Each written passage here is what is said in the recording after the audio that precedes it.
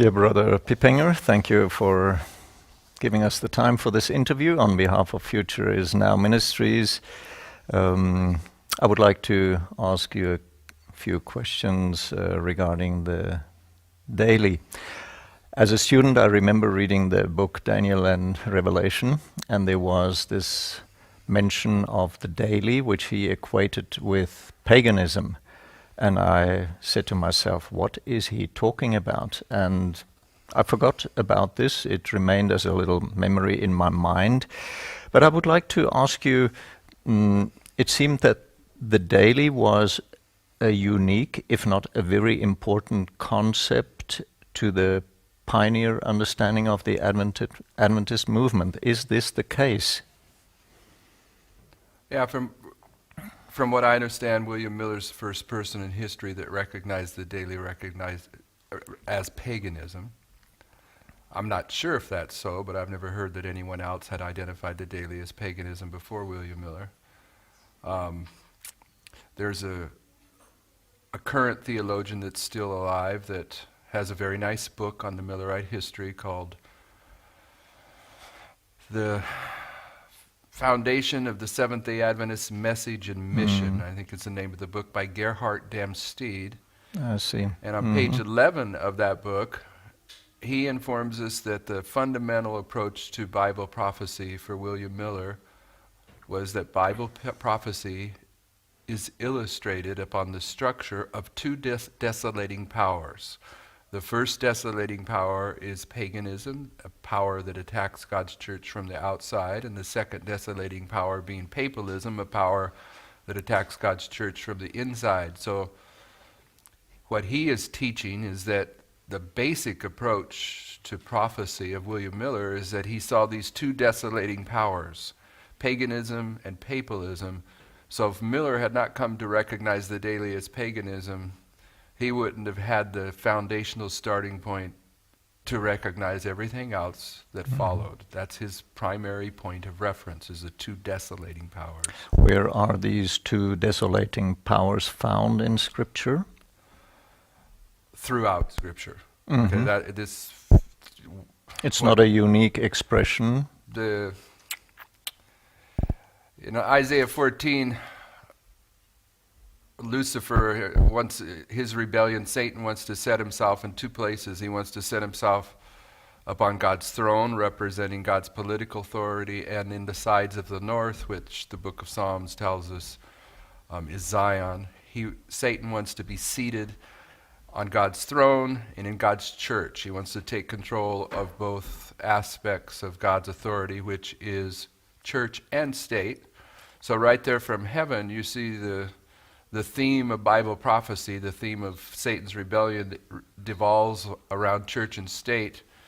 And pagan Rome is a symbol of apostate statecraft, and papal Rome is a symbol of apostate churchcraft.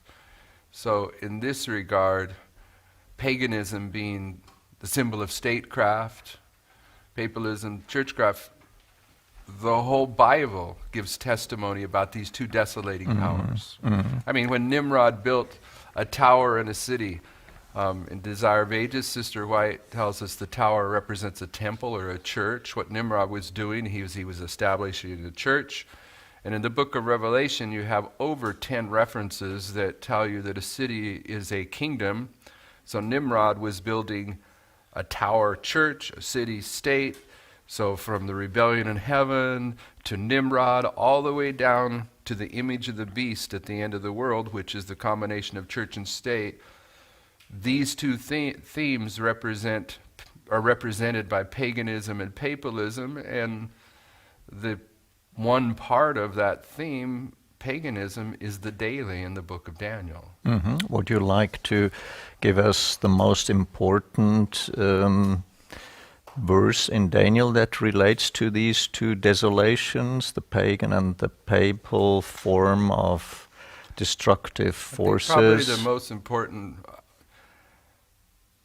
I do make claims about what I think is most important in God's Word, but I generally try to tell everyone human beings do not have the wisdom to actually prioritize which part of God's Word is more important than another. But for me, Daniel 8:13, there's a question that says, how long shall be the vision concerning the daily sacrifice and the transgression of desolation that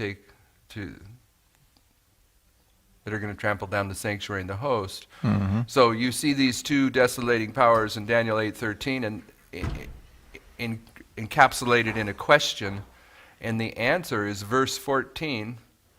Unto 2300 days then shall the sanctuary be cleansed, which Sister White tells us is the very central pillar of Adventism. So the fact that the question in verse 13 that produces the answer in verse 14, the question in verse 13 has both of these desolating powers, the daily, paganism, the transgression of desolation, papalism. That's probably, you could argue that's the most important reference. Especially for us as Seventh-day Yeah. Adventists. And Yeah. then if I recall correctly, also in Daniel 9, you have the reference to the desolations that Yeah, well, are put that's in the plural. If that's what you're looking for the Millerites, in Matthew 24:15, when Jesus says, when you therefore see the abomination of desolation spoken of by Daniel the prophet, stand in the holy place, let him who readeth understand. Been a long day, my mind's a little bit tired, but that's Matthew 24:15, and it's Jesus commanding us to understand the abomination of desolation spoken of by Daniel the prophet. And the Millerites identify that it is Daniel 9:26 that answers Jesus' direction on how to understand the abomination of desolation, because in verse 26 you see both of those desolating powers. Pagan Rome is the people of the prince that should come and destroy the city in verse 26. And after that there's a flood that comes, and that's papalism. And based upon Daniel 9:26 is where Miller and the Millerites came to identify the two desolating powers, which Gerhard Damsteed says is the foundational approach to prophetic understanding of the Millerites. So in terms of upholding Christ's command to understand the abomination of desolation, then verse 26 of Daniel 9 is definitely the most significant reference in Daniel, because that's where the Millerite understanding is based upon, is that verse. Mm-hmm. Now, the connection of the daily to a prophetic time element, and we're speaking about time spans, was what was unique and firstly done by William Miller, as you explained. Could you, in a brief overview, give us also the dates regarding this time span, these time spans that we are talking about? Perhaps. Just in telegram style? In telegram and brief style, where my definition of telegraph and brief might be a little bit different than you. I sometimes go a little bit longer than most people wish on their questions, but the daily is taken away in 3 verses in Daniel. In Daniel 8:11, it's taken away, but that's a different Hebrew word that's translated as take away in Daniel 8:11. That's the Hebrew word room, that means to lift up and exalt. But in Daniel 11:31, the daily is taken away, and that's the Hebrew word sir, and that means to take away.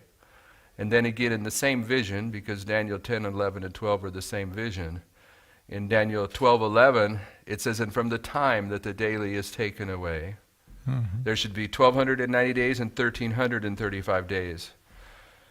So the daily being paganism, Miller came to understand that the resistance to the rise of the papacy that was being offered by paganism, as paganism was trying to hold its control over the world, it was resisting the rise of the papacy. That resistance ended at the Battle of the Visigoths, which began in 507. But in the winter of 507, Clovis withdrew to a city in France to recoup his energy. And then in the spring of 508, the Battle of the Visigoths was resumed. And at that point, when the Visigoths were defeated by Clovis, there was no legitimate resistance to the rise of the papacy, and that was 508. So Miller takes the removal of the of the resistance of paganism to the rise of the papacy in 508, and he takes those time prophecies in verse 11 and 12 of Daniel 12, and he starts in 508, and he goes 1,290 years into the future and comes to 1798. And he takes the 1335 and goes 1,335 years into the future, and he comes to 1843. And he was absolutely correct in his application of that. With this section of prophecy, we as Adventists are actually quite familiar with the 1260 from 538 to 1789, with the first... 1260 from 538 to 1798. 1798, Okay, yes. I think you said 89. Go ahead. 1798. Yep. Thank you for correcting me. With the first part, that has been completely left out of our spiritual and prophetic understanding. That makes the pagan oppression in contrast to the papal oppression. Would you like to maybe add just a sentence there as well? Well, the Millerite understanding of these truths was pretty singular in the history of the Millerites, and it got left behind in the history of Adventism. So Adventism hasn't ever got to the point where it's willing to set aside the 1260 that begins in 538 and goes to 1798, although some of the theologians from Andrews University will argue against the 1260, like one of the famous guys, Bakioki, he actually argued for a while that the 1260 represented a history of Islam. But in the Millerite time period, there's no way that they were going to separate that 1260 from the 1290, because they understood that from 508 to 538 was 30 years of preparation time when the papacy was getting set up, and then on 538 the papacy was empowered to rule for 1260 years. The Millerites didn't recognize it, but there is a profound second witness to this in the fact that the papacy is a counterfeit of Christ, and Christ was empowered when he was 30 years old. So Christ was 30 years in preparation from his birth in 4 BC until his baptism in 27 AD is 30 years. And the preparation time period for the papacy, beginning in 508, it went to 538. There's 30 years of preparation. In 538, the papacy was empowered just like Christ was empowered at his baptism in 27 AD. And then Christ gave his testimony for 3.5 years until he was crucified. And the papacy gave its satanic testimony for 3.5 prophetic years, for 1,260 years, until it received the deadly wound. So the papacy, being the counterfeit Christ, it's governed by the prophetic history of Christ. So when you look at the prophetic history of Christ, it perfectly upholds the pioneer understanding of 508 to 538 being 30 years of preparation for the setting up of the papacy, just like Christ 30 years, 1,260 years of satanic testimony to 1,260 days of godly testimony. Then both of them die. Papacy receives a deadly wound.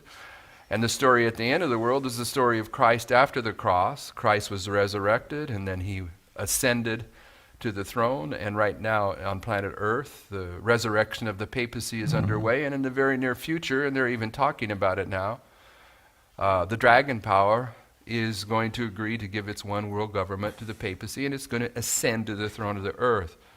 So we've lost the Millerite details of the 1290 and the 1335, but they're just as valid now as they ever were then.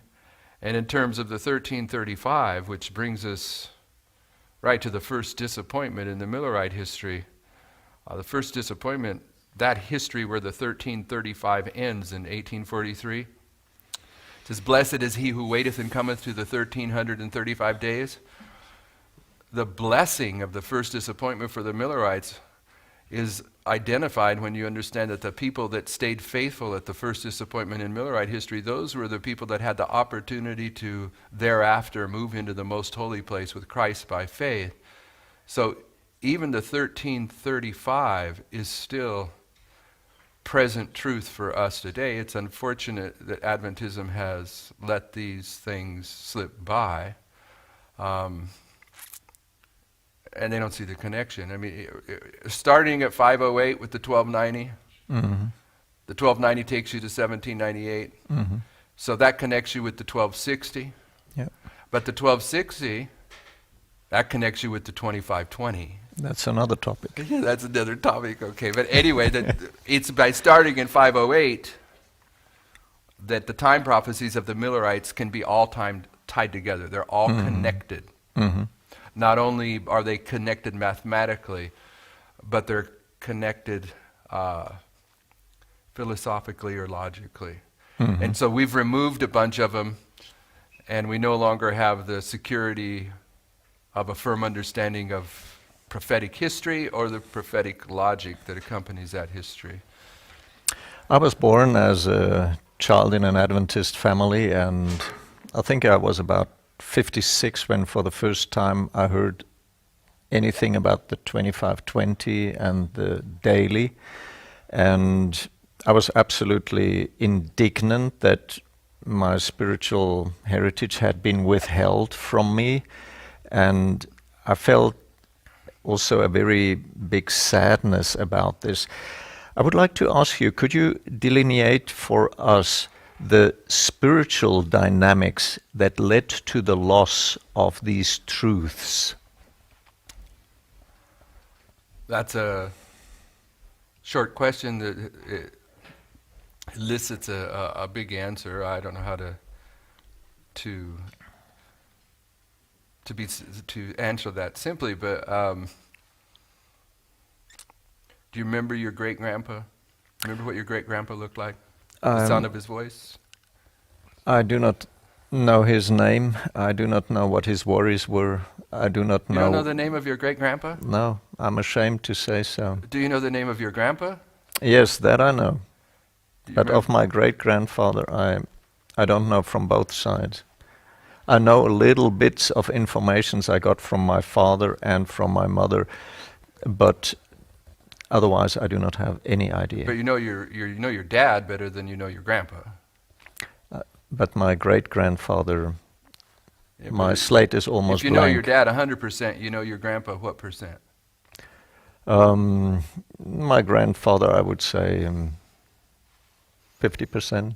Okay, so many of us don't know that the Bible teaches that the history of Adventism is the history of 4 generations. And the problem with 4 generations is you have the first generation, your great-grandpa, which is the Millerites. Then you have a second generation, the third generation, and here we are born in the 4th generation.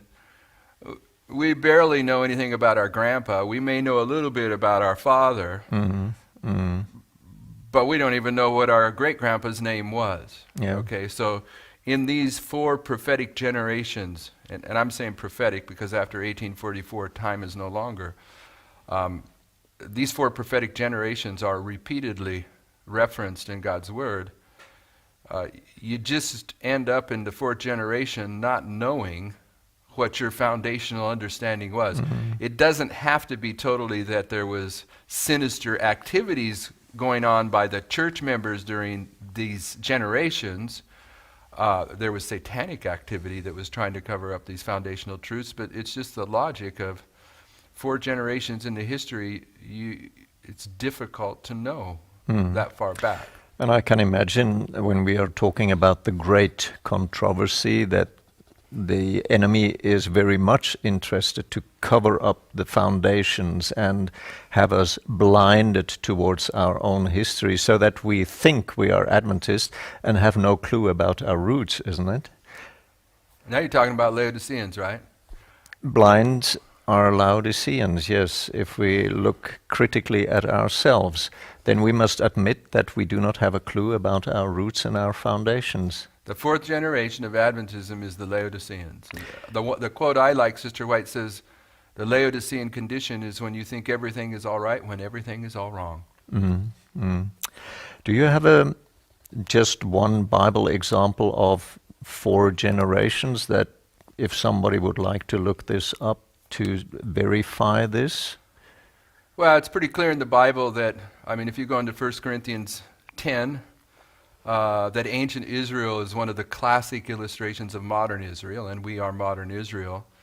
And so you see that the Lord entered into covenant with ancient Israel at Sinai during the history of Moses. But the time period that they were in bondage in Egypt before the Lord brought them out and entered into covenant with them, according to Abram's prophecy, they were going to come out in the fourth generation. In the fourth generation, that's right. That fourth generation goes throughout the Bible. And in the fourth generation, when you study the fourth generation, the Lord deals with his people, and in that generation, there are going to be among his people two classes of worshipers. And of course, in the story of Moses, the one class, it dies during the 40 years wandering in the wilderness, and Joshua and those that were under the age of accountability go into the promised land.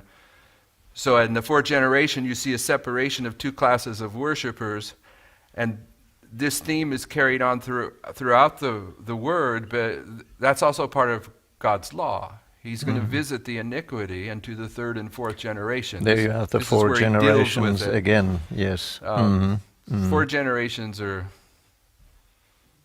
all over the Bible once you see it. Would this then also relate to my next question that I have in mind? What are the spiritual dynamics that lead to the rediscovery of the foundations of the roots? You just mentioned that in the fourth generation there is a certain point in time, a certain divine intervention that leads to this particular experience. Could you elaborate on this thought? I believe that all the prophets are speaking about the end of the world. And there are various things that happen at the end of the world that you can use as a classification for the end of the world. And so if you're going to summarize the end of the world, which the whole Bible is speaking about, one of the ways you could classify it or summarize it is to say that it's the time of the latter rain. And in Jeremiah 6:16, Jeremiah is speaking about the end of the world, and he says, "Stand ye in the ways and see, and ask for the old paths, and walk therein, and ye shall find rest for your souls." And in Isaiah 28, verse 12, I think, but I don't want to say it when I'm being recorded unless I'm right. Isaiah 28, verse 12, it says, "To whom he said, this is the rest." Okay, according to 1 Corinthians 14:32, the spirits of the prophets are subject to the prophets. So Isaiah is going to agree with Jeremiah. Jeremiah says, if you walk in the old path, you're going to find the rest. And here Isaiah is saying, to whom he said, "This is the rest wherewith you may cause the weary to rest, and this is the refreshing," yet they would not hear. So here Isaiah is informing us that the rest is also the refreshing, but Isaiah is letting us see that the refreshing is a message because they refuse to hear it. Jeremiah is saying that it's a message that is also a lifestyle because he says you're going to walk in this old path and receive this rest. And in Great Controversy 6:11, Sister White tells us that the refreshing is the latter rain. So when you bring the three prophets together, Jeremiah, Isaiah, and Ellen White, in the time of the latter rain, which is the time of the refreshing and the time of the rest, the Lord leads his people back to the old paths. And there's a very nice quote that I don't have in front of me, but it's easily available, where Sister White refers to the foundational truths that are represented on this chart here. And after she references these as both the platform and the foundation, then she quotes Jeremiah 6:16. And so what I'm saying is that in the time of the latter rain, the Bible in the spirit of prophecy talks about a work that the Lord accomplishes in leading his people back to the old paths, which are these truths. And this is what brings upon us the latter rain, the rest, the refreshing. So that would in a special sense also apply to us as Laodiceans who are blind, who need to see the old paths again, rediscover, find their way to walk. For all these activities we need eyes-salve, to have our blindness removed. that has come on us through the generations. And I remember the discussion Jesus had with his disciples when he healed the blind man, and the disciples said, "Who is the cause for this man's blindness, he himself or his parents?" And Jesus said, "None of them, neither of them.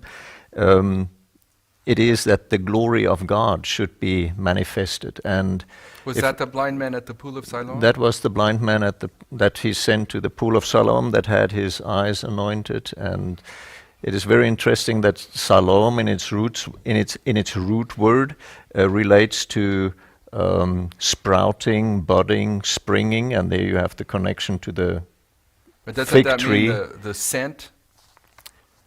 Doesn't Siloam mean scent? It also means scent, like a tree scents its bud, and therefore it can be used beautifully also as an illustration for a message that is sent, but a message also has a starting point. And so this man is sent to the pool of Siloam, and there has his eyes opened, and the first thing that he sees is the truth about a falling tower that relates to the fall of Babylon, because that would be another topic. Methuselah is another connection that relates to the root word.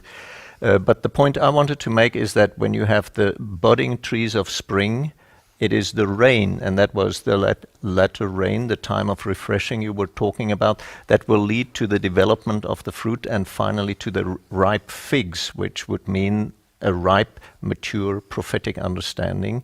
And in the vineyard of the Lord you have a fig tree and you have vines, so both grow together, but first the figs ripen and then the grapes. And I would see in that a picture of the ceiling. But we would like to come back to a further question. Conradi introduced the Protestant view of the daily to Adventism. Could you give us just a brief insight into what he actually did with this and where he got it from? If that is the case, then we as Seventh-day Adventists wouldn't believe any more Millerite truth, but Protestant beliefs that we now think are Adventist truths.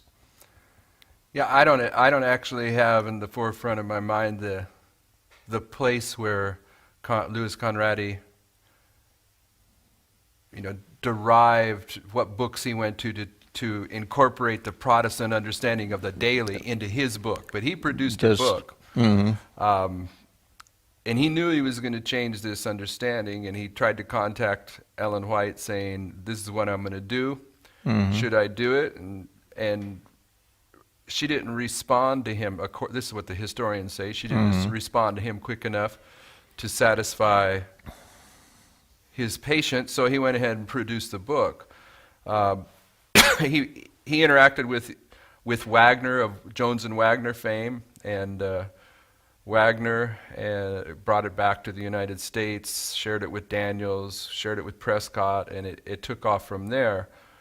But I like in that regard the passage from Manuscript Releases where Sister White deals with Daniels and Prescott and their understanding of the daily, which they got shortly before that was written. That was written in 1910. Conradi brought the Protestant view of the daily in 1901. And when she's speaking to Daniels and Prescott about their understanding of the daily, which was Conradi's understanding of the daily, which is that it represents Christ's sanctuary ministry, and she tells them plainly that they received that message from angels that were expelled from heaven, and that teaching would only bring darkness and confusion. And that's all it's done in Adventism. It's taken us into the darkness of Protestant theology. But it's pretty much the standard teaching in Adventism today is that the daily is Christ's sanctuary ministry, and most of the Adventists sit in the pews and they don't have a position one way or another on the daily, and they don't think it's important. But for me it seems obvious that it must be important because the Millerites thought the daily was a satanic power, and here at the end of the world we're teaching it's a godly power. That's not a minor difference of opinion. One side of the issue is either calling Satan Christ or calling Christ Satan, and I think that's a pretty extreme difference. It's not a minor misunderstanding.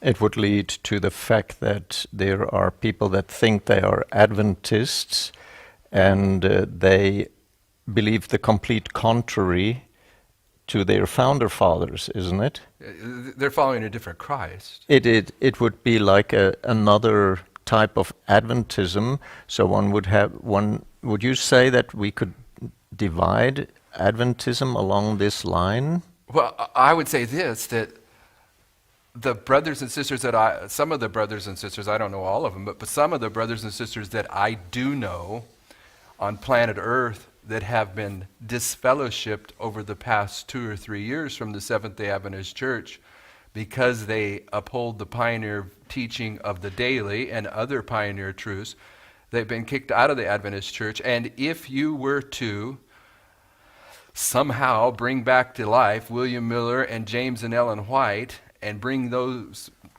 3 persons into those churches that disfellowshipped these people for believing the 2520 in the daily, then I think you'd have to disfellowship William Miller and James and Ellen White as well if you were going to be consistent.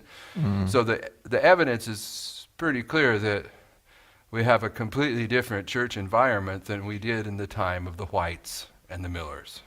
Or the other side of the coin would be if the Millerite message were proclaimed today, most Adventists would refuse that message. They wouldn't recognize it as their own. Which is a very serious consideration if we are taught that these messages that were sent and that were preached were blessed by God and guided by God, especially the first and the second angel's message. Yeah, when Sister White has a statement where she says all the messages of 1840 to 1844 are to be made forcible now, the first thing I would have someone do is go get an English dictionary and look up the word all. She says all the messages that were proclaimed from 1840 to 1844 are to be made forcible now, and all you have to do is see what messages are on this chart here. This chart here, when they produced it, they produced 300 of them, and the historians tell us that there were 300 Millerite preachers, and the historians tell us that every single one of those 300 Millerite preachers used this chart exclusively. So when Sister White says all the messages from 1840 to 44 are to be made forcible now, that's the message that's to be made forcible now. But there is several truths on that chart now that Adventism no longer wants to hear, and even is willing to disfellowship people over if they try to uphold those truths. And We're total paradigm shift. And another Adventism. statement she made is that while they preached this, they were totally united on the view of the daily, isn't it? Yeah.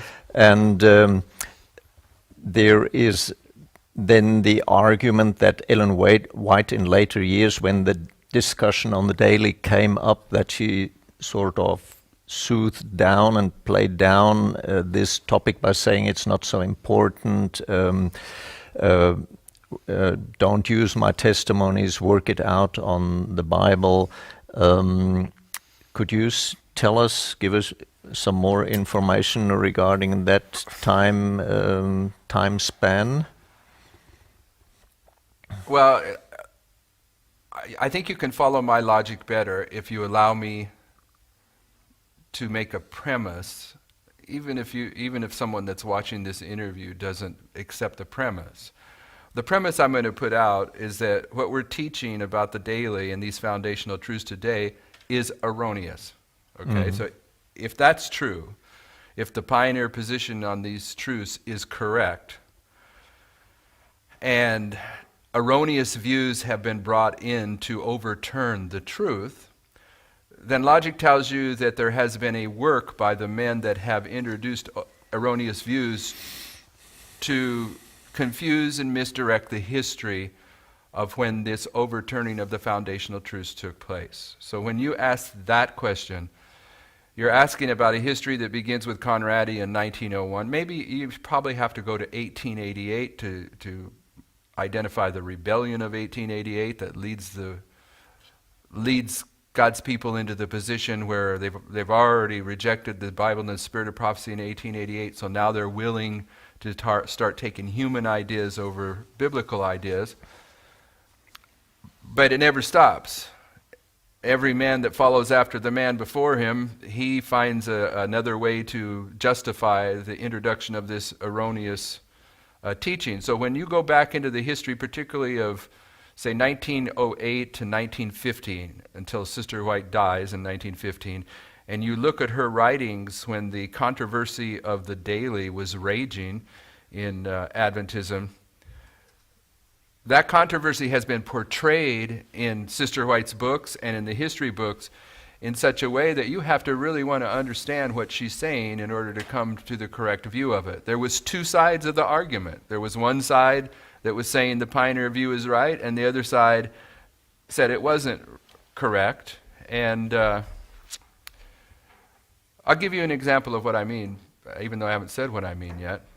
In that controversy, Haskell, who the author of the book Daniel the Prophet, and he has a book about the sanctuary that I'm not remembering the title to, and he has the book The Seer of Patmos on Revelation, he was on the side of the pioneers.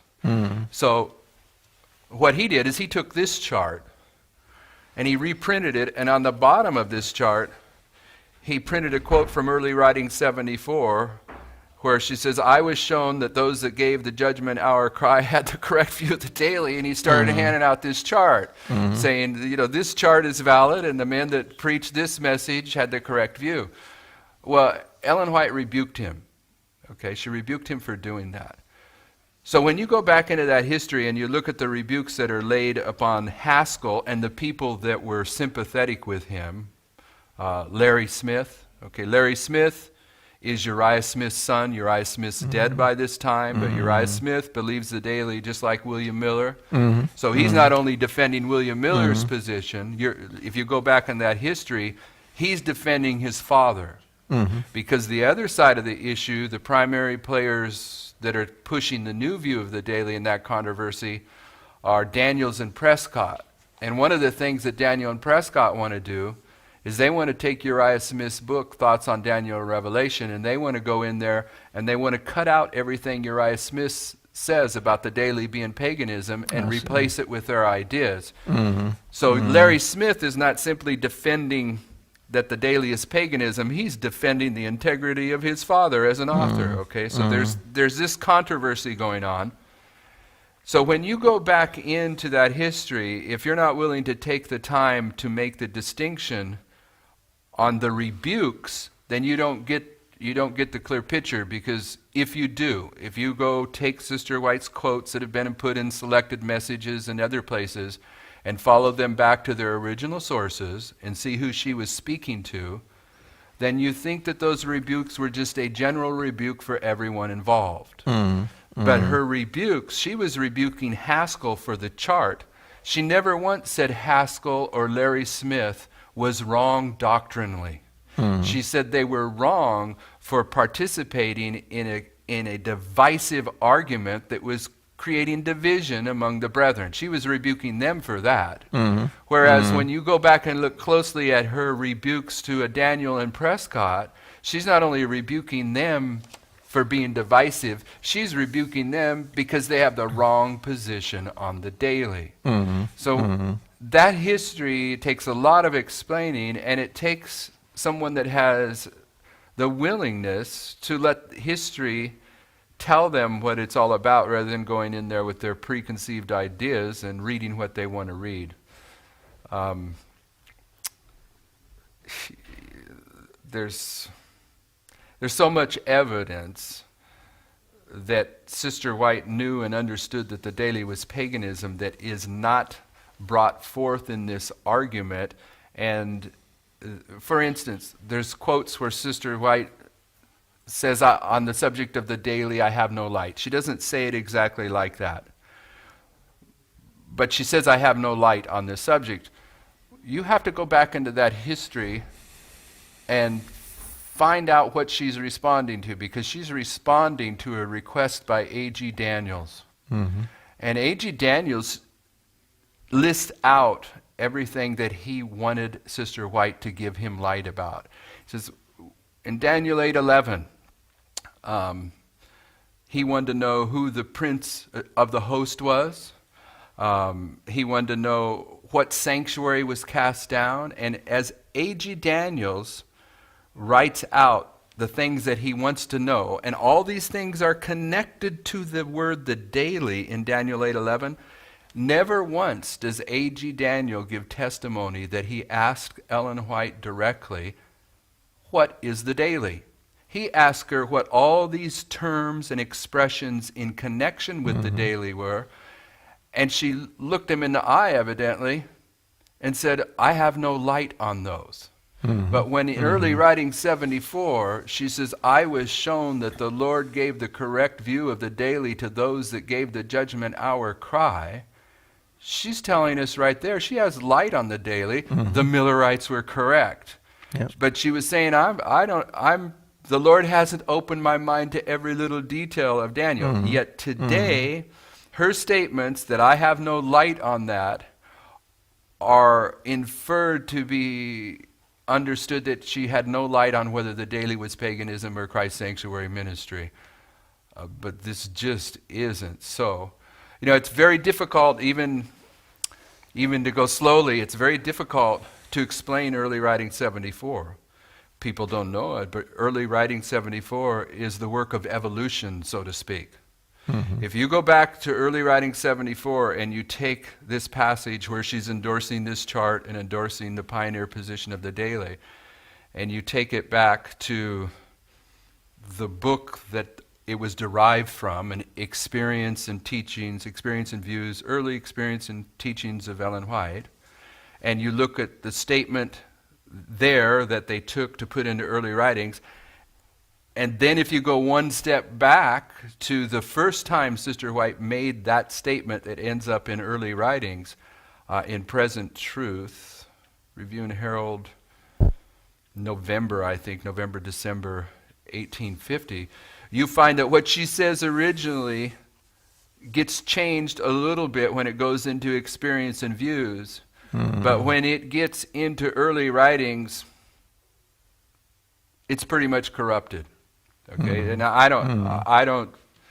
not of the class of people in Adventism that say you have to worry about the Spirit of Prophecy books, they've been corrupted. I don't see any purposeful human manipulation that went on in that. I think it was just bad editing.